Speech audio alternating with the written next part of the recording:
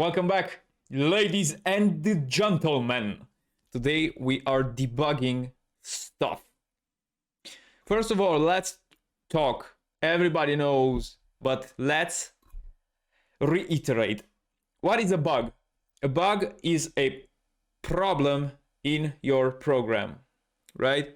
Debugging is the process of finding the problem and resolving the problem. For this, for our first exercise, I have from my tutorial, I have five, I think five. 1, 2, 3, 4, 5, 6. Okay, 6 exercises or 6 debugging, yeah, 6 debugging exercises. I have 3. So wait a second, this is confusing. So I have 3 debugging exercises. In my first exercise, I have 6 programs that I have to debug.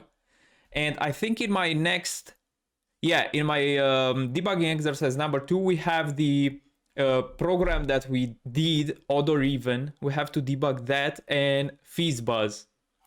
Oh, actually I have the 4th one. Beautiful. So there are 4 debugging exercises. Okay. This is great. Let's copy this first exercise and paste it over here. Before that, I took some notes yesterday. I want to tell you something, some theory.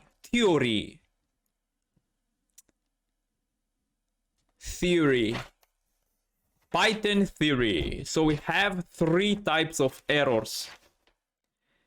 I want to recreate them for you. I want to show them. Actually, let me see OBS because he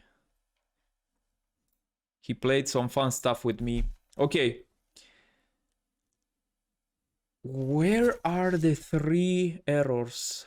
3 types of errors: syntax, runtime, and semantic. Syntax refers to the rule and structure of the program. Runtime is the error that takes place after the program has started running, also called exceptions, and semantic relates to the meaning. This error will not appear in red. The output of your code will be different.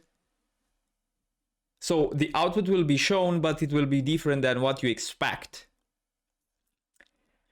All right. Semantic error. X equals hello world.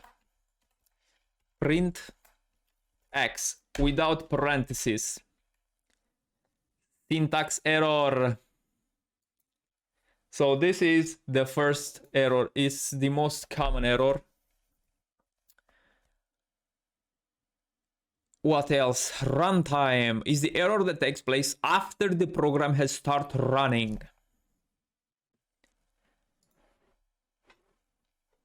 Okay, let's see.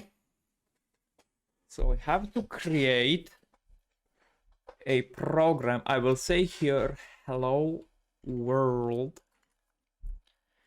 And after that, I will say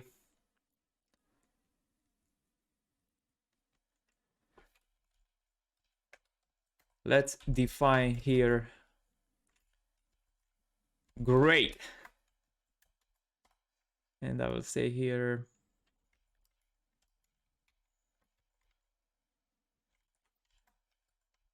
and I will say print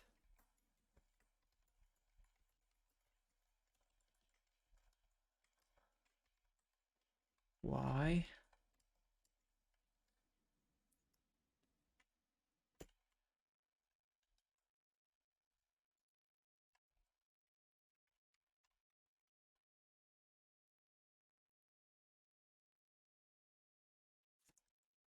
Yeah. So this is runtime, right? The error that takes place after the program has started running, also called exception. But these this type of error is also really easy to find because the interpreter is so cool that will tell you in line 46 there is trouble right over here. Name C is not defined. How cool. I mean, even the IDE highlights the word with that red underline. That's so beautiful. Line 50 right over here in module grade. And the last type of error, which is a semantic one, this will run, but it will give me a wrong message. Okay, let's think. For this one, let's create a mathematical operation. Let's create a mathematical operation. For instance, let's see.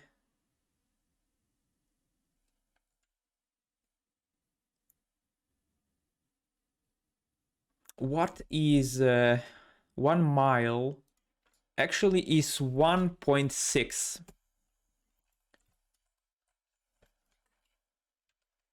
Let's comment here. Miles per kilometers. And I will say here, print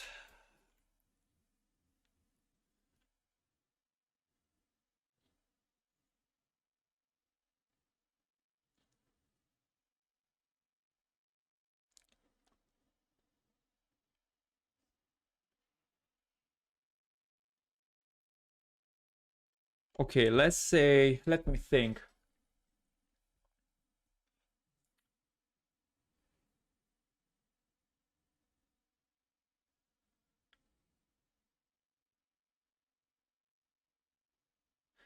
Yeah, just for the sake of this example, I will say here how many miles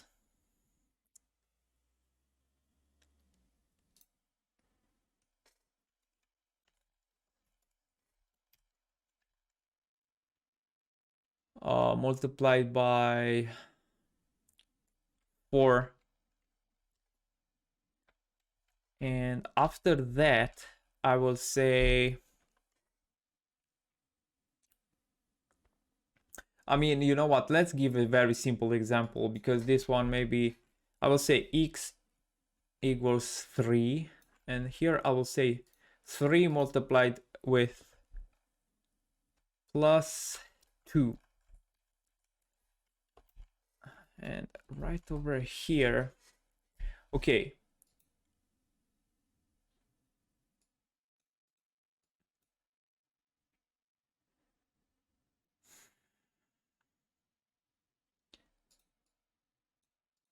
Let's say that I have this list of numbers 2, 3, and 4. But you know what? Let's make a comment because it's better than a list. It might be confusing because I have to use indexes. Combine these 3 numbers to give me 12. No, to give me, what is the 14. All right, so if we print this stuff, it's 18 because of the parentheses. But if I place the parentheses here, it will give me the correct result. See, 14. So run semantic errors are this type of error. Okay, so the program works, but it will give you the wrong answer. These are the most hard to find because you have to go based on the result each line in reverse. Okay, that being said,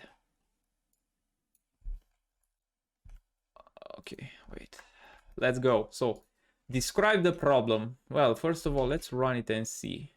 Nothing prints nothing. Okay, this is an indentation error. Let's see. So we have the function my function, no arguments for I in a range of 1 to 20. If I equals 20, print you got it. Actually, we have to go 21 because range doesn't count the number that you place in the last spot. So if I have here 20, so actually my last spot is 90. See, if I place it here 90, it works. But if I leave it like in the first example, I have to increment it by 1. Okay, problem solved.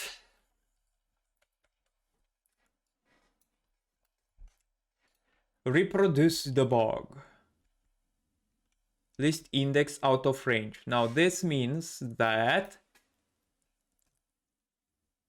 here we have to go with 5.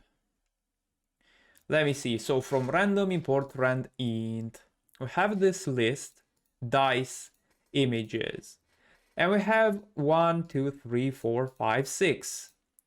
And we know that the index in a list starts from 0, 1, 2, 3, 4, 5. Now, dice number, which is a new variable, equals with random numbers between 1 and 5, 5 included. Okay. As you can see, the value changes each time because of the rand int. This is beautiful, but wait a second. Let's make it for the entire list. There you go.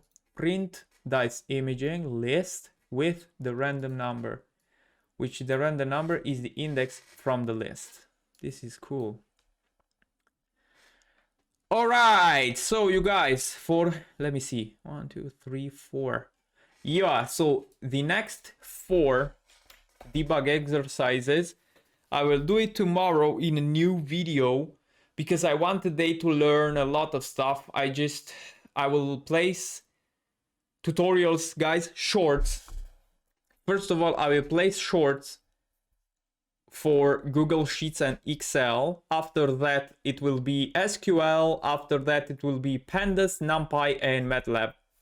That being said, you guys, of course, I will continue with Python. Python will be my main technology, let's say, that I want to be an expert in. Python is awesome. I love it. I really love it.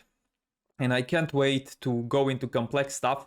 I played yesterday with OOP, Object-Oriented Programming. I love it. That's all I'm about to say. I love it. I play with Turtle. God damn it, I love it. I can't wait to show you some stuff. I will tell you right now that we will build some games. We will play some classic games. We'll play Snake. We will play Pong. We will play Space Invaders. It will be cool. I can't wait. So until then, you guys, please let me learn. See you tomorrow. Subscribe and take care. Bye.